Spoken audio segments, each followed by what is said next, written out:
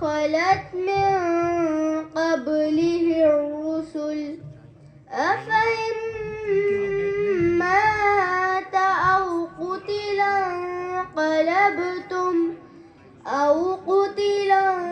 انقلبتم على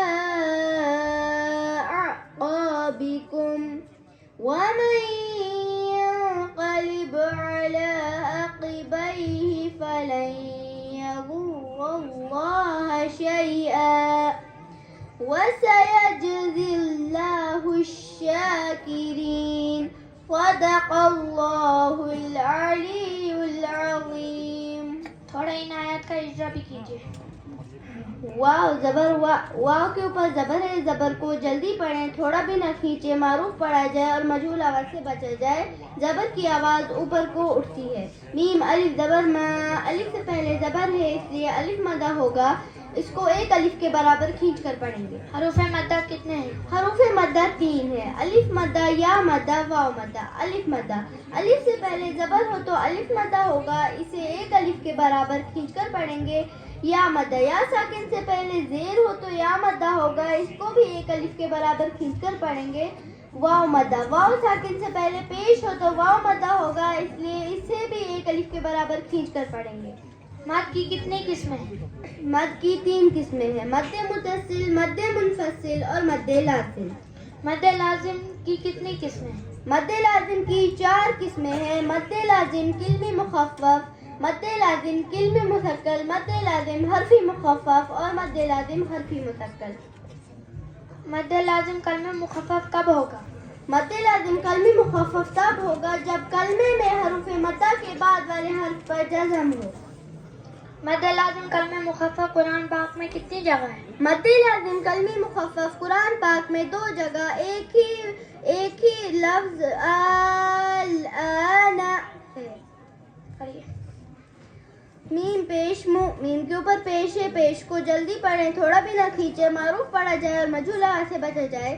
پیش کی آواز آگے کو جاتی ہے اور ہونٹ گول ہوتے ہیں. ہاں میم زبر ہم، میم زبر ما.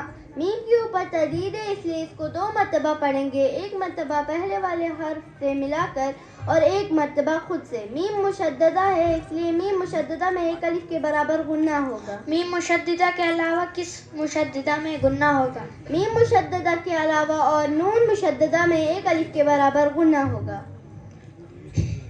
دال 2 پیش دون، دال کے اوپر 2 پیش کی تنوین ہے. تنوین کے بعد حروف ہلکی کے 6 حرفوں میں سے حمزہ آیا ہے، اس لیے تنوین کی آواز کو ظاہر کر کے پڑھیں گے، اسے اظہار ہلکی کہتے ہیں. حروف ہلکی کتنے ہیں؟ حروف ہلکی 6 ہیں: حمزہ، ہا، عین، ہا، غین اور خا. تنوین اور نون ساکن کے کتنے قاعدے ہیں؟ تنوین اور نون ساکن کے 4 قاعدے ہیں: اظہار، اخفا، اقلاب اور ادغام. ان کے اظہار کا معنی کیا ہے؟ اظہار کا معنی ہے ظاہر کرنا. اخفا کے معنی ہے چھپانا. اقلاب کے معنی ہے بدلنا. اور ادغام کے معنی ہے ملانا. تجوید کا کیا مقصد ہے؟ قرآن کریم جس طرح اللہ تعالیٰ نے جبرائیل امین کے ذریعے سے نبی کریم صلی اللہ علیہ وسلم پر نازل کیا، اس طرح پڑھنا اور پڑھانا. تجوید کتنی چیزوں کا نام ہے؟ تجوید 3 چیزوں کا نام ہے: نمبر 1 مخارج، نمبر 2 صفات، نمبر 3 معرفت الوقوف.